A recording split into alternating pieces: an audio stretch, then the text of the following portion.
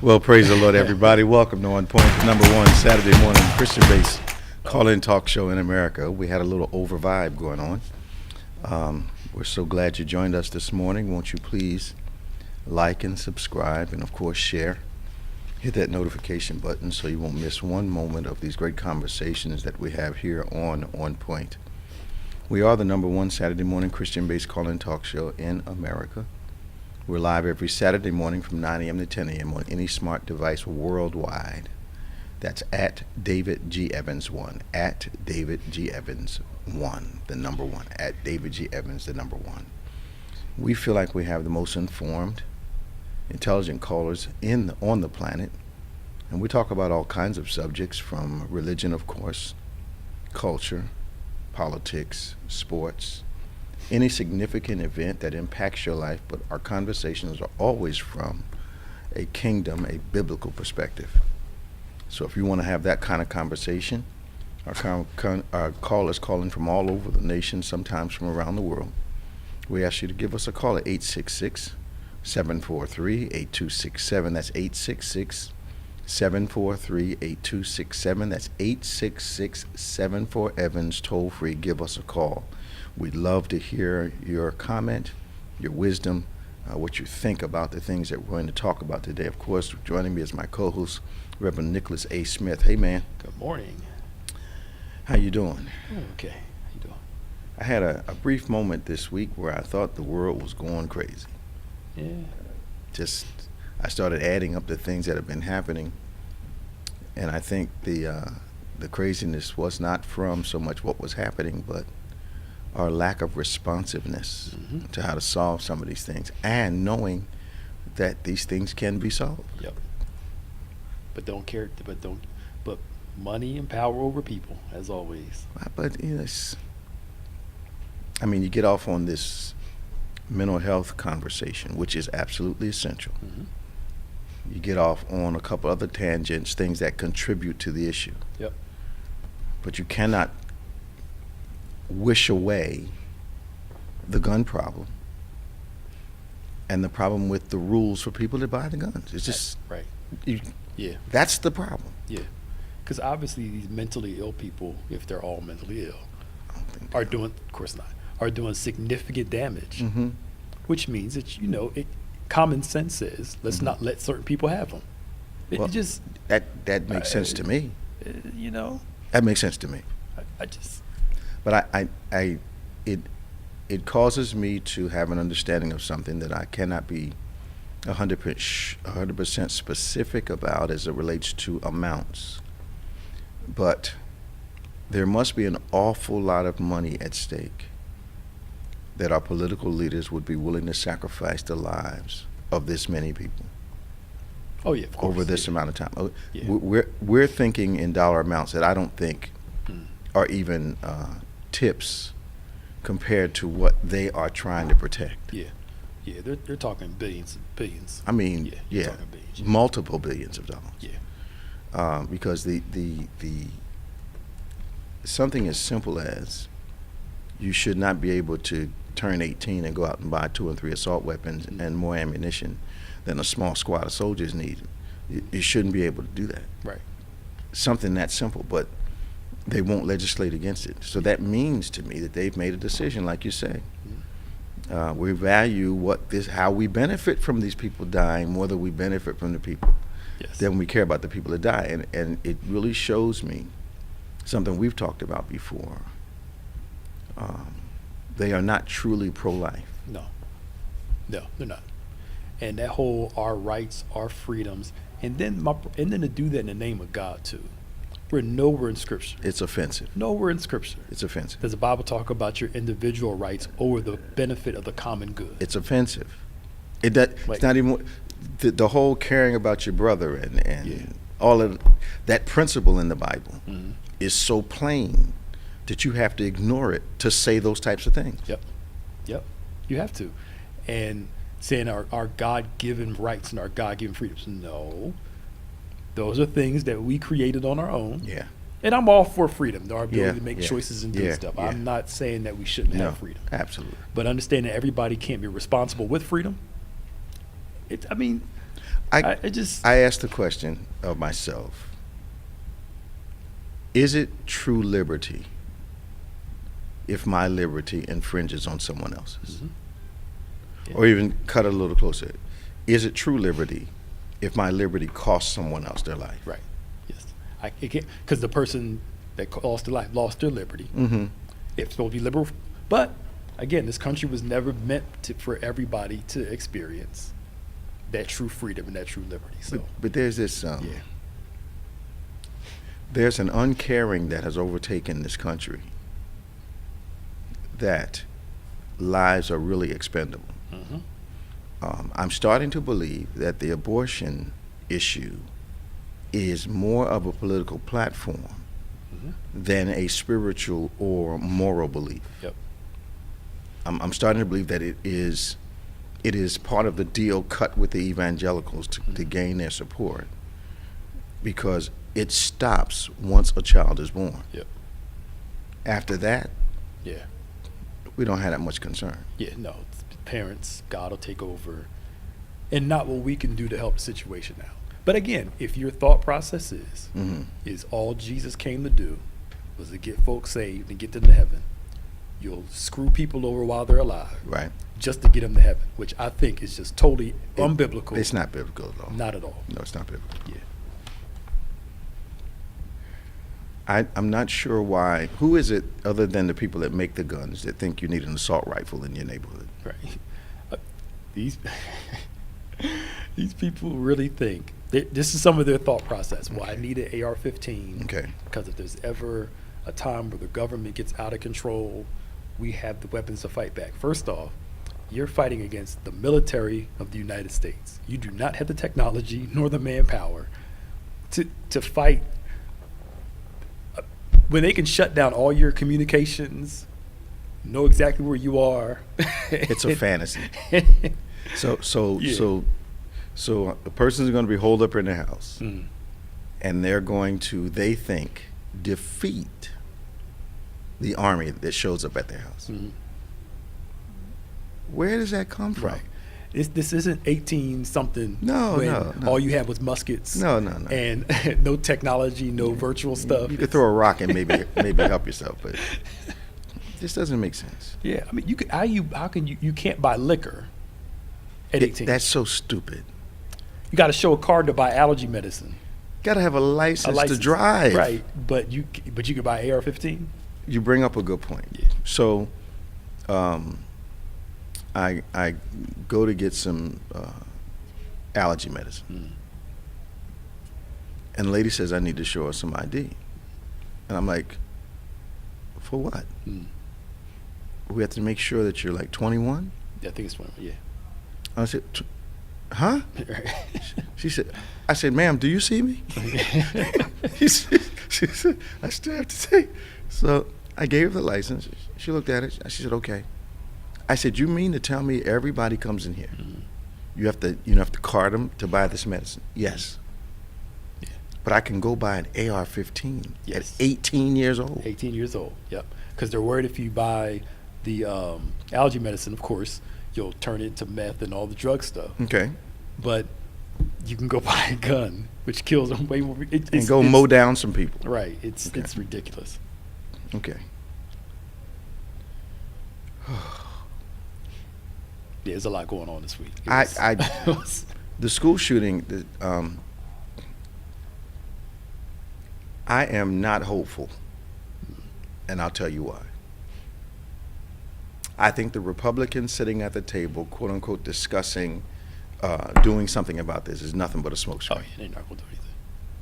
No, I mean, if the police chief of the city, the county, the city that the school's in, is refusing to cooperate within an investigation of what happened, why it took so long for them to go in. Some stuff went down. When did you hear that? This came out a couple of days ago. Now I heard he was like invisible for a couple of days, which I kind of understand. Yeah. But you're saying he's refusing to cooperate? They're reaching out to him and he ain't responding.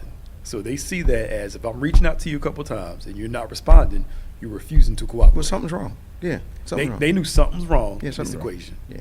Something happened that they don't want to just come out and say. I've had policemen in my family. I think I understand part of the mentality of going to the danger. And it's been explained to me that, going to a revolver fight is extremely different than going to an automatic weapon. Sure. A combat scenario is different than Sure. a domestic scenario. Sure. I wonder if, these guys were really trained for that. I mean, literally trained for it, or if they watched some videos and did some simulations. And Yeah. I'm not sure. I know they said 2 weeks prior they did some training for it. But the crazy thing, a mother, one of the mothers that was handcuffed, Yeah. when they unhandcuffed her, she found a way to get into the school to go check on her kids. Literally. And she's telling them, yo, this gunman is still in here. Y'all need, because when she walked in, she checked on her one child. Okay. They were barricaded in the classroom. Okay. Fine. She went to go check on another child. On the way there, the cops were arguing with her, like, why are you in the building? And she said, y'all weren't doing nothing about this guy. Basically, I'm coming to save my kids. Right.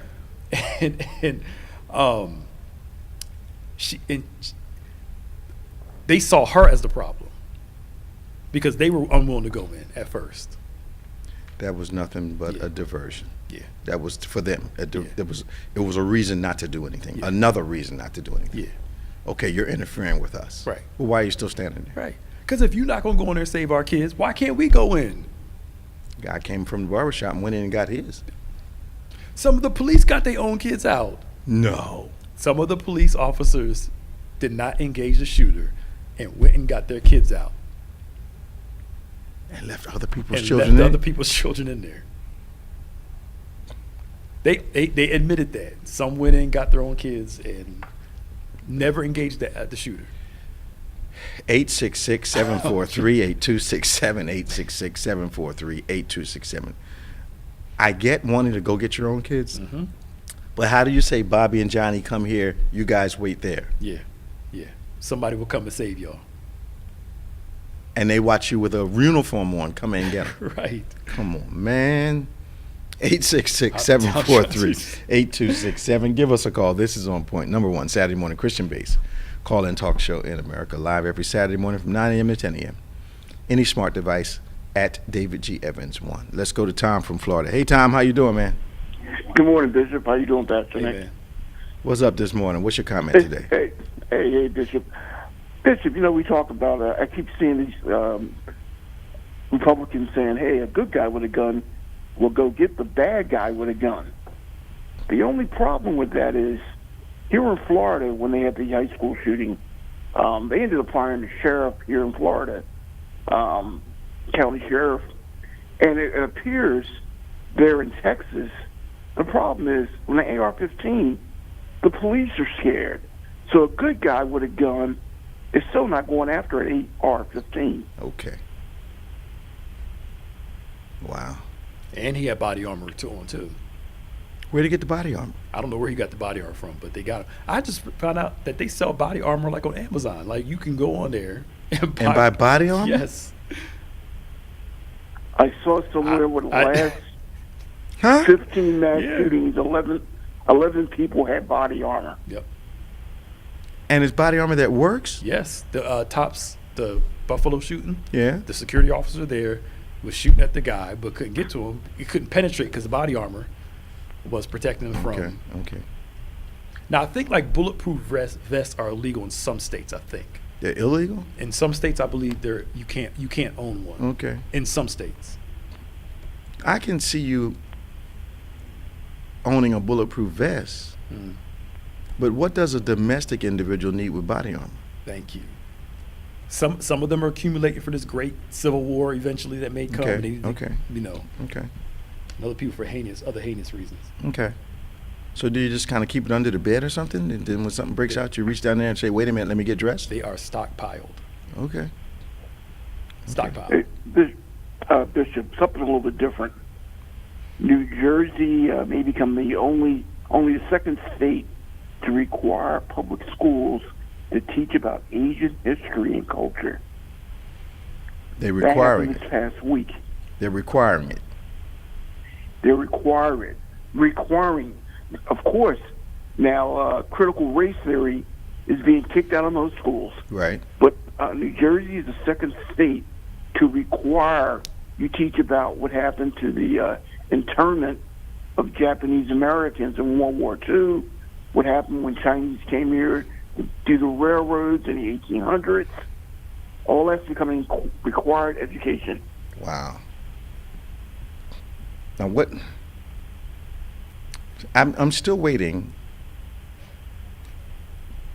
I don't know any schools, and none of my kids are being offered critical race theory as a part of their curriculum. It's not a part of curriculum anywhere. It's not a part of the curriculum anywhere. What is the big deal?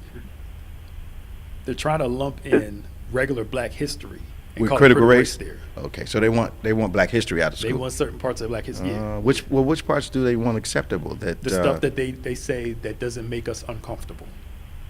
all of it makes us uncomfortable. Right. I know. I think it's just a dog whistle for Republicans. That's what it is. They don't want to feel uncomfortable. Well, you know what? If some of the conditions did not resemble some historic conditions, there would be no need to be uncomfortable. Yep. And I believe this whole discomfort piece is I don't want you to talk about what I know is wrong. Mm-hmm. That's where I think the discomfort comes from. How dare you bring up what's wrong to me? Yep. Yeah. I don't. Yeah.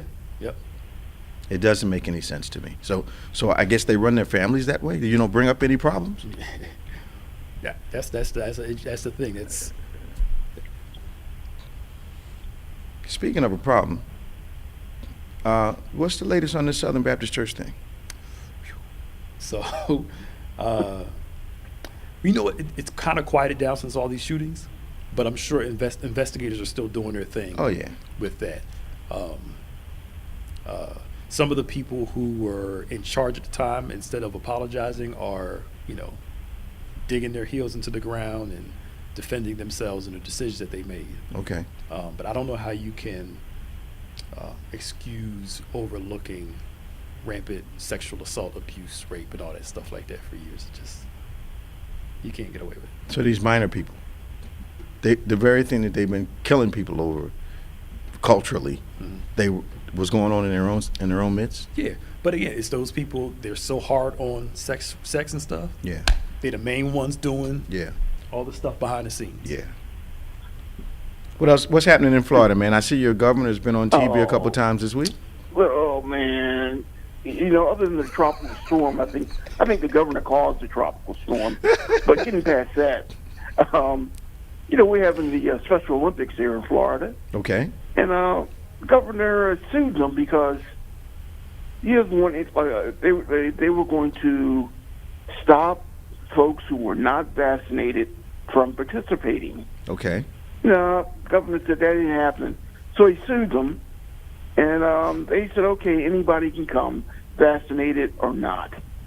And he's a lunatic. What is wrong? What's wrong with him? Mm-hmm. He's going after the gay rights things. I think this is going to backfire because a lot of gay people here in Florida. He's going after them again. He thinks he's Mr. Trump, I think. Well, what's happening with Disney? Disney's sitting back, kind of laughing, I think, left him waiting. alone. He left him There's a couple alone? things going on. Yeah, he left them alone because They're- that $1 billion, whatever the state would owe Disney, he knew. As soon as they brought up that law about how much money they would owe Disney, Mm-hmm. quiet ever since.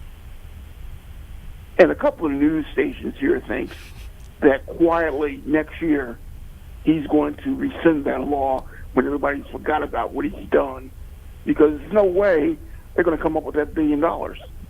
Well, but if he waits a year and quietly rescinds it, it's still going to have to pay the billion, It's right? still going to be there. It doesn't go into effect, this law, for another year. So it's But they still have to pay the money, But right? they still have to pay the money, though, Don, right?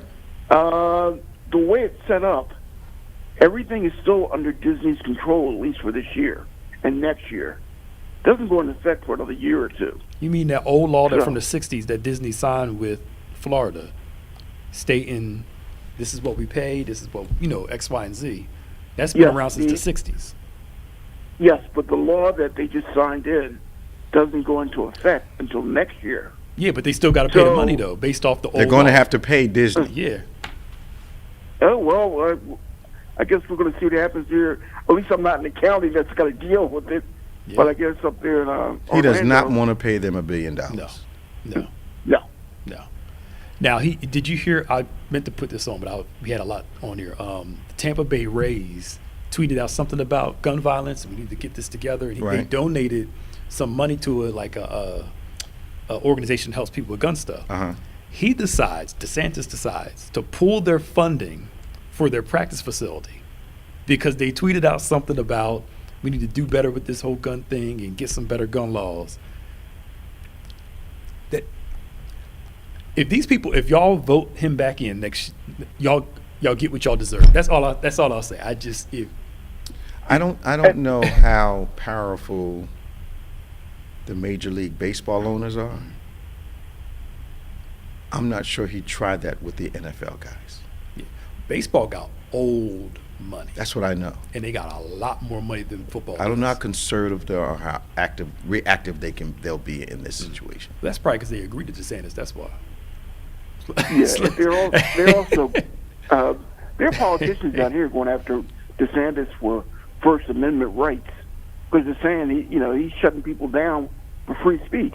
Literally, Disney was free speech. Yeah. The thing with the Tampa Bay Rays is free speech. Yeah. And if you go against what he's saying, he's coming after you. So he pulled their funding. Yep. To help them, it's like $35 million to help them with a practice facility. Now, Just go over a tweet. does the family that owns the Rays need his $35 million? They probably don't, but it's how they pay for stuff. They To get somebody else to pay tax for credits. it. and, If we were in Yeah, that the position, we'd be taxpayer taking bond advantage here. of that also. yeah, So. yeah. So I'm not mad at them. It's just Wow, Tom. The wild, woolly west of Florida. That's what it is. I'm trying to tell you, man. You stay strong, Doc. All right, take care. Talk to you. Bye-bye. 866-743-8267, 866-743-8267. Give us a call. This is On Point. Florida is in the house today. We've had Tom. Now Danny's coming up, and then Bunny from Daytona Beach. Let's go to Danny. Hey, Danny, how you doing this morning? Good morning, Pastor Bishop and Pastor Nick, staff, you all today. I'm trying to stay dry. Is it raining down there? Storming. Okay, Storming would be more. How long's it been raining? Going on now 24 hours.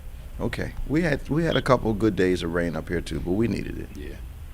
Yeah, but this is totally a different situation. As you very well know, you know the landscape and you know more about South Florida than most people. Mhm. Originally, this was all swamp. Yeah. And the way that things are, it keeps trying to go back to what it was designed to be, a swamp. Okay.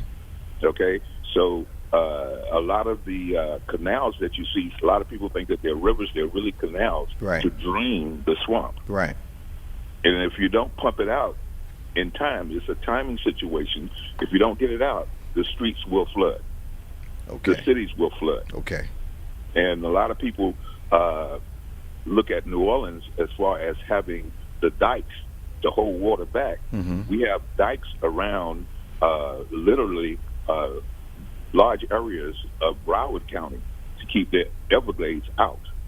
Everglades is an amazing, even though they've built up a lot of stuff, it's still one of the largest geographic areas of its type in the world. You got to go to South America to get something bigger than that. Yeah, Mm-hmm. I learned It's a that. I river learned that in of third grass. grade social studies. Yeah, I learned that in third grade social studies. Ask me a question about the Amazon. Right, Ask me a right. question. Mississippi River, I can do it. But what I wanted to talk about is a continuation of what I was discovered and was looking at from 2 weeks ago. Okay. The situation that's happening within our schools.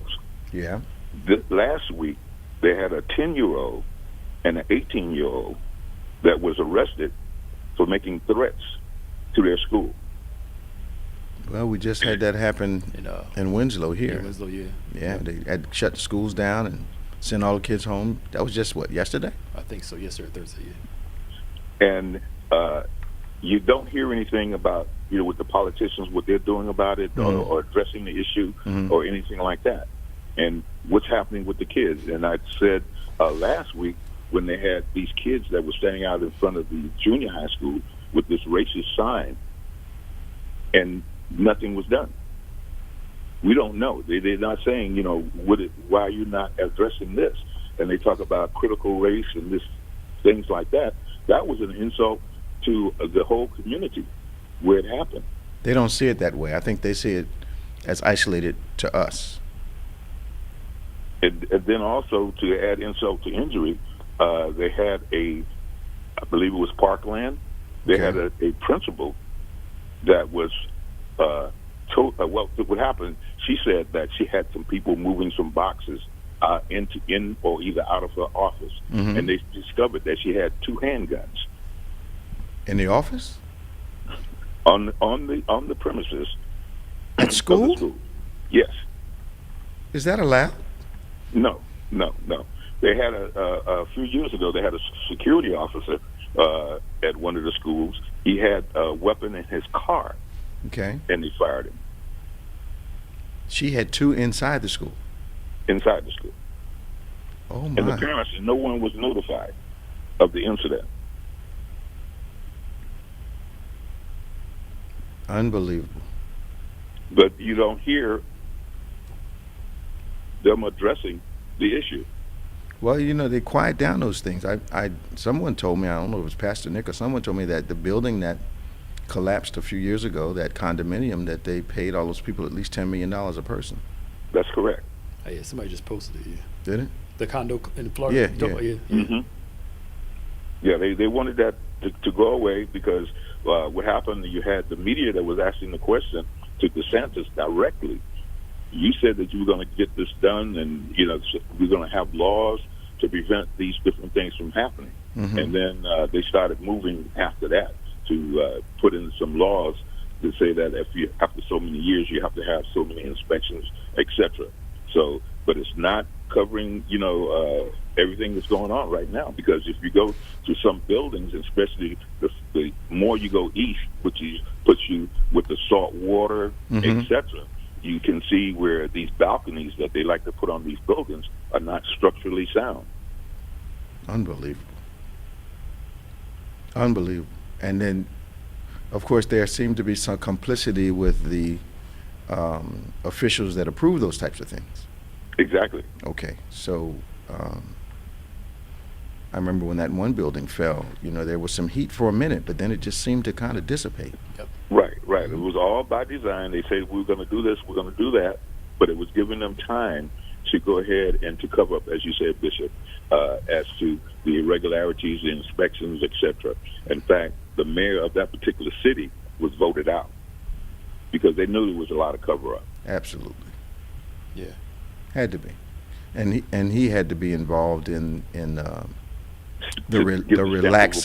relaxing of the statutes and whatnot, and making exceptions for different builders based upon. I mean, even in the context that we're in here, I can remember years ago when we were looking for some land for the senior house, and another builder came in, and suddenly the decision for us changed against us.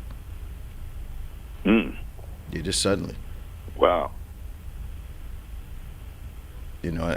But God is good, because the land that we wanted is picturesque, but it stinks over there. It literally has an odor. So our residents would have been, not comfortable at no, all. not at all. Not at all. Wow. That's crazy. I know, man. How's my sister doing? I know she's highly favored and blessed because she's with you, of course. Bishop, I've got to really, really compliment her, and I got to thank her for the fine job that she has done. We don't wait until hurricane season. Oh, she yeah. starts Oh, yeah. in October. I know. Stocking up. I know. She's ready already? Everything's ready. We got generators, water. I have enough water for a year. Okay. Food. She's ready?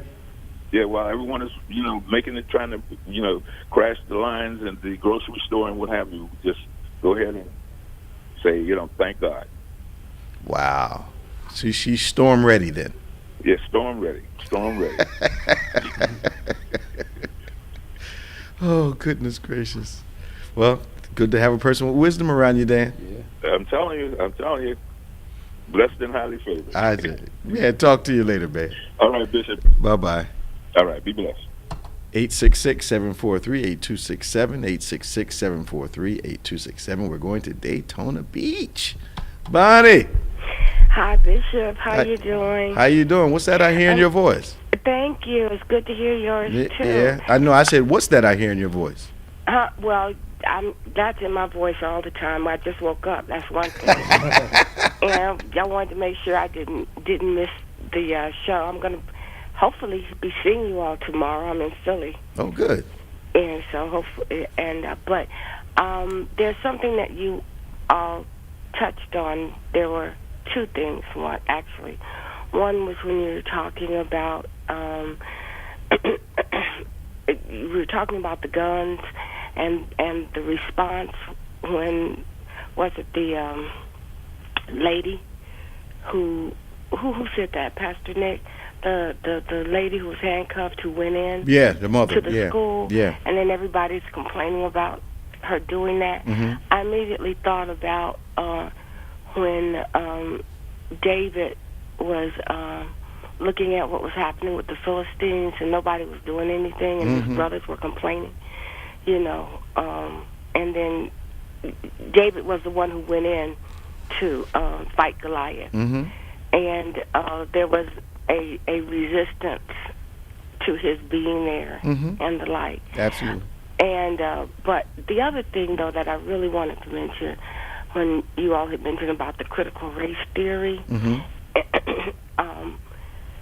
the system from the very beginning was designed so that our history would be completely obliterated, language, everything.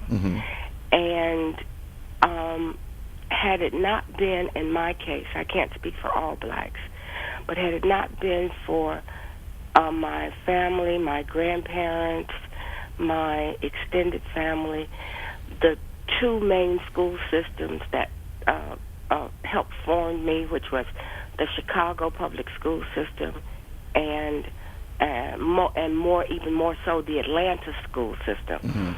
By the time we went back to Atlanta, King had moved SCLC headquarters to Atlanta.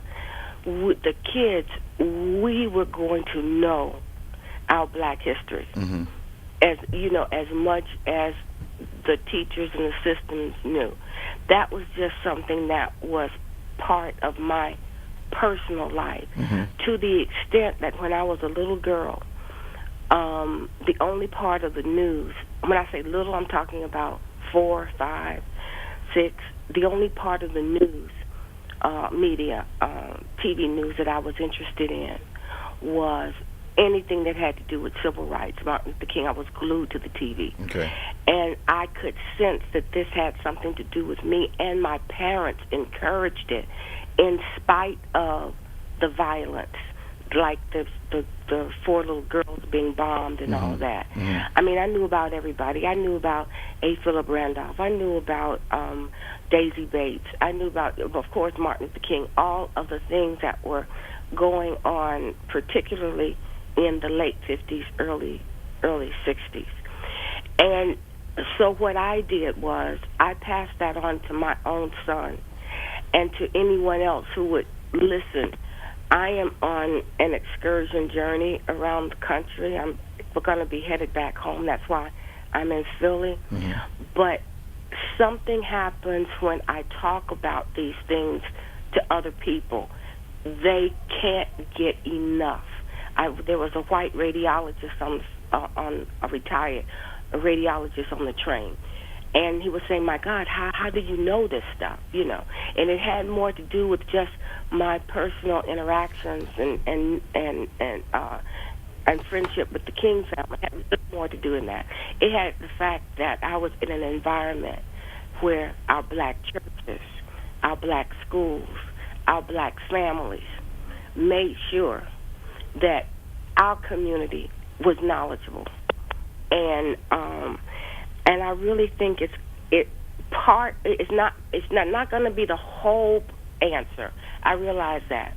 But if we can, as blacks, can start making sure that the Bible tells, in the Old Testament, God told the children of Israel, teach your children. But then there's another scripture that it doesn't say it like this, but it still means teach your children to teach their children. Mm-hmm. You know, yeah. Of course, it's talking about, I think the context was the things of the Lord. But I think that sometimes we stop teaching our children, period.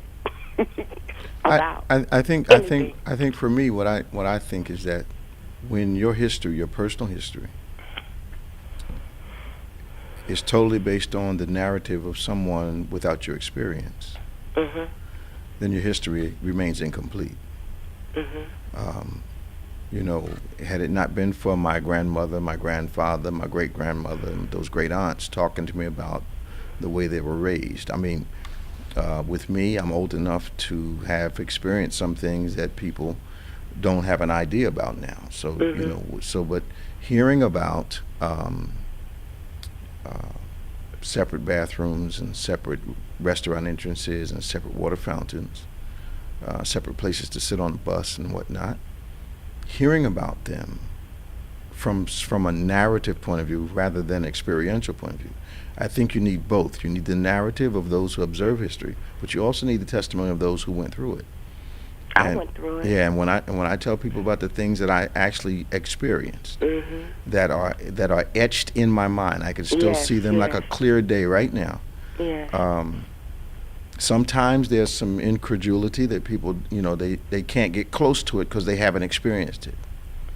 So they kind of don't know whether you're telling the truth or not. But right. But I find that to be a dilemma in a lot of conversational situations. Some people, if you're a corporate person and you've experienced corporate politics and you talk to someone who has not experienced corporate politics, they think you're exaggerating. I've experienced that part too when we mm-hmm. were in, I was taking a Black History course at Georgia State University years ago, and it was taught by a white man, which was, you know, and yeah, that's like church growth being taught by a guy with 150 members after 30 years of church. Yeah, it doesn't make any sense. Right, and I'm sorry. Constantly, we were reading the book by Frederick Douglass's story. Yeah. And every point he was throwing jabs. You know, this couldn't have happened. No man can do this. This couldn't have happened. Okay. You know, when I know of the stuff that people close to us have had to do, which was simply mm-hmm. brilliant, you know, but mm-hmm. it was for their survival. So I mean, they will just knock it out. I'll say this, and I'm closing so that other people can come on.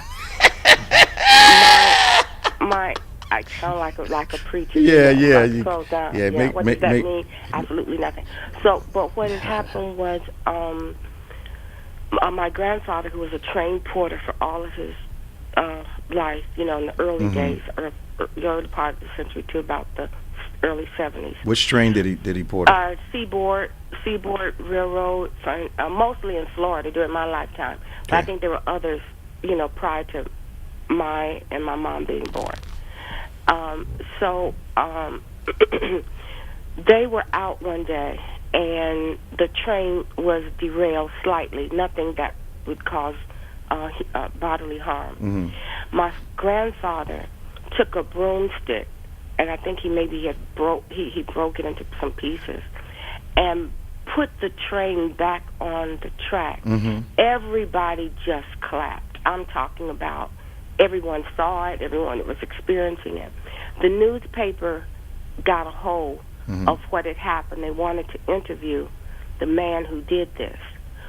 When the railroad found out, as much as they liked John Williams was his name, the railroad decided that it would not look good for a black man to be spotlighted like that when there were whites around.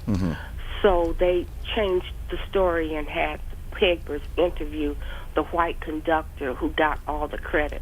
However, now everybody on the train saw who it was and knew.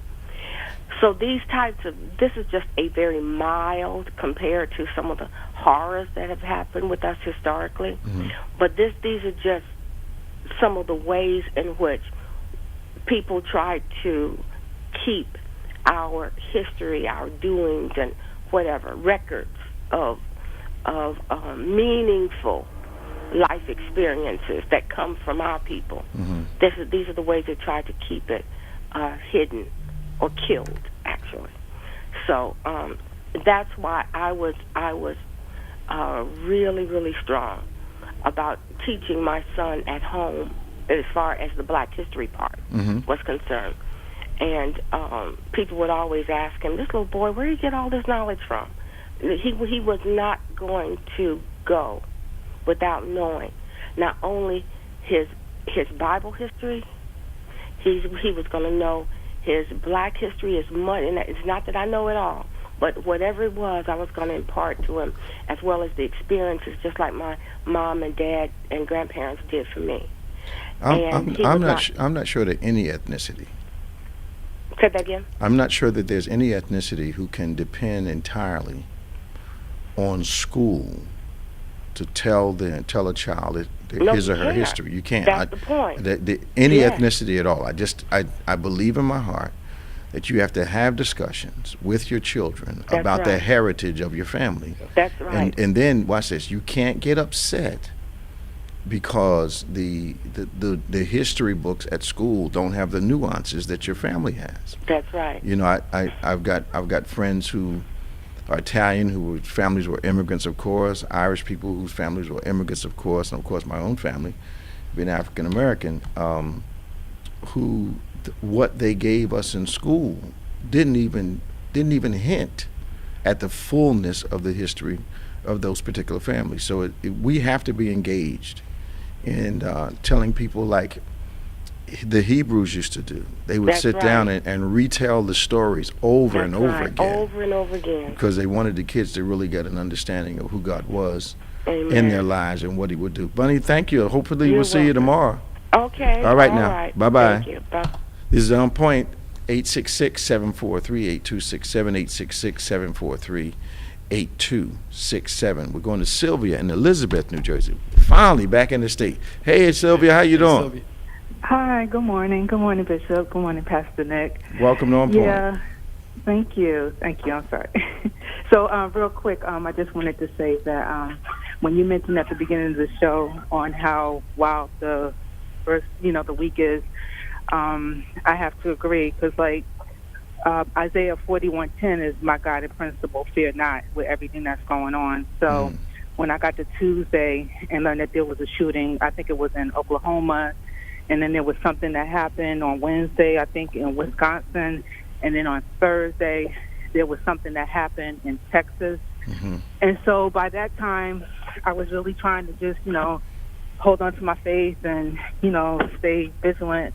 But I was really feeling overwhelmed. So yesterday, I had reached out to someone. I spoke to a therapist, and I was just telling the person how overwhelmed I felt with everything that's going on. And like most people, have responsibilities and things that need to get done, and I just can't stay holed up in my house behind my curtains because I'm scared or anything. So our conversation ended up with it just being said that I just need to afford myself some grace and just allow myself to be vulnerable, because it is all of this is so scary, and then like to put on a brave face, you know, for people that look up to me, you know, my family, it's a lot. And so I will say that my faith does hold me, but I also realize when, you know, from the human perspective that I just need the support, and I'm not ashamed to say that, you know, because I think that having that awareness helps me to continue to take my forward steps. Mm-hmm. So I just wanted to share that with everyone. I just wanted to be transparent and convey that, you know, with everything that's going on, which we don't have any control over, to be able to say, yeah, it's a lot, and that, you know, you might find that you need help, you know, and I just wanted to share that, leave that with everyone today. Thank you, Sylvia. You're welcome. Talk to you soon now. All right. Bye-bye. 866-743-8267. That was Sylvia from Elizabeth, New Jersey. That's north of us about, what, an hour, Pastor Nick? Elizabeth? Hour and a half. Hour some change. Yeah, hour and some change. Yeah. Great to hear from her again. So we have another, lines are lighting up, of course. You can give us a call. Well, it just went away. So,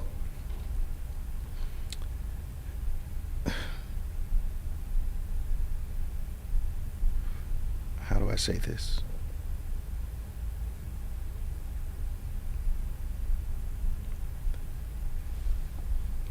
So these shootings,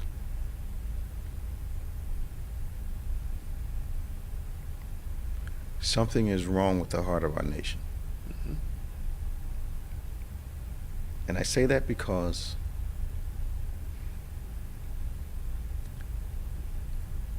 these things are threatening to become a norm. Mm-hmm. That is only apparently acceptable in the United States. Mm-hmm. Everywhere else, the leaders are moving with speed and deftness to get this thing corrected. Mm-hmm. We're the only people that have these shootings. What's really weird, Pastor Nick, when I was growing up, this level of violence was unacceptable in a city. Mm-hmm. And the police were commissioned to do what they had to do. I mean, it never reached these levels. Yeah. When the level that we had to deal with over a summer is what they're talking about dealing with in 1 month. Mm-hmm. Yeah. And the police were like, you know, people were demanding, you guys got to stop this stuff. Yeah, yeah. I remember when they did the assault rifle ban under Clinton. Yeah. Which made sense. 10 years, yeah. Which made sense. Of course, obvious mass shootings decline. Mm-hmm. 2004, when Bush gets in office and all that, they turn it over, mass shootings go right back up again. I don't understand how we can't see. Connect the dots. Yeah, the cause and effect. It just connect the dots. You know, it's right there. It's we're back to the top of our discussion. Something is worth all this destruction. Yep. And that is money and power. And they've decided to trade their lives for it because it's not difficult legislation. Mm. It's worrying about upsetting some people and messing with a couple funding sources. Mm-hmm. That's what it's all about. Yeah. And let's even take COVID, right? Yeah. So I just saw somebody say this, and this is something we talked about before. They're talking about the immunocompromised and how dealing with COVID. Mm-hmm. And the person literally said, I understand that we have immunocompromised people, senior citizens, and it's going to negatively affect them. Mm-hmm. But that should not basically compromise. That shouldn't interfere with my freedom to be able to do what I want to do, even though, yes, some people are just going to, you know, have a bad time with it or die from it. And I'm like, that mindset to me right there. Yeah. Again, eventually there's going to come a time where you learn to live with it, but not at this rate. Well, learning to live with it is not a lack of concern for the lives of other people. Right. Learning to live with it, to me, I'm getting the sense that learning to live with it is acting like it's not existing. Yeah. That's not learning to live with it. Right, it's not. Well, I'm just going to go out here, and if I die from it, then it's okay. And if I get someone else sick from it and they die, it's okay. Yeah. No, that's not okay. Yeah, they're like it's going to happen. So we just got to learn to deal with it. I'm like, you know what? But most of the people, I'll say this, most of the people I know who have been seriously ill by this thing their cavalier attitude went right out the window. Yep. This ain't the flu. Mm-hmm. Yeah. And I mean, and even though, and doctors are saying this, thank God, deaths aren't going up with these new variants. Hospitalizations aren't as high as they were before with these new variants. But they do say that it can still do damage to your internal organs and stuff like that. And they're like, you don't want to catch this more than once. I was just talking to someone this morning. I got to know a half a dozen people that caught it in 21 that are still in rehab from COVID. I mean, heart not functioning correctly, lungs not functioning correctly, kidneys shot. I mean, just. And they talk about this long COVID thing. It's real. It's real, yeah. And some people are getting long COVID from the Omicron and the new BA2 out. It may not kill you, but it can have some long-lasting effects on you. Absolutely. And I mean, it just, I I know these people, man. You know, I know a guy that a victory for him now is being able to walk to the end of his block and back home. Yeah. That's how debilitated it took him. And I like everybody else. Well, I won't say everybody else because some people aren't as cautious as I am. I would love to get in the plane, go to the Bahamas, go to Jamaica, go to somewhere, and just lay there and do nothing. Pastor Nick. Every fiber in my being. Pastor Nick. it's a yearning. You don't understand. I long for it. And you don't understand. I know you know.